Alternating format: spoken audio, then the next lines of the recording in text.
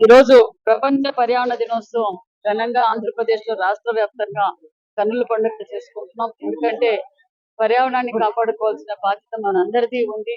అది తెలుసుకున్న ముఖ్యమంత్రి ఎంతో బాధ్యతగా ఒక పక్క డిప్యూటీ సీఎం పవన్ కళ్యాణ్ గారు, చంద్రబాబు నాయుడు గారు ఈరోజు 1,00,00,000 మొక్కలను నాటాలని ఆదేశించారు. మరి రాష్ట్ర వ్యాప్తంగా ఈరోజు 1,00,00,000 మొక్కలు నాటాం. 1,00,00,000 మొక్కలు నాటతో పాటు దాన్ని పర్యవేక్షించడం, జియో ట్యాగ్ కూడా పెట్టామన్న విషయాన్ని కూడా తెలియజేసినాం. ఎందుకంటే మరి భావితరాల భవిష్యత్తు కోసం, ప్రజల ఆరోగ్యం కోసం చంద్రబాబు నాయుడు గారు, డిప్యూటీ సీఎం పవన్ కళ్యాణ్ గారు ఇప్పుడే మన రాష్ట్రంలో పచ్చదనం 30.5% ఉంది. దాన్ని 50% తీసుకెళ్లాలంటే ప్రతి సంవత్సరము మనము 1,00,00,000 మొక్కలు నాటి పర్యవేక్షించి దాన్ని కాపాడుకోవాల్సిన మన బాధ్యత.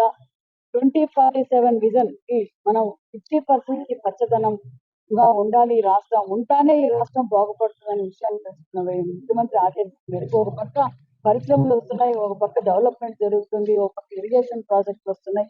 అన్ని విధాలుగా డెవలప్ చేస్తూ మరి చెట్లను పరిరక్షించడం వల్ల ఈరోజు ప్రజల ఆరోగ్యంతో పాటు వర్షం కూడా మనకి సకాలంలో పడుతుందనే విషయాన్ని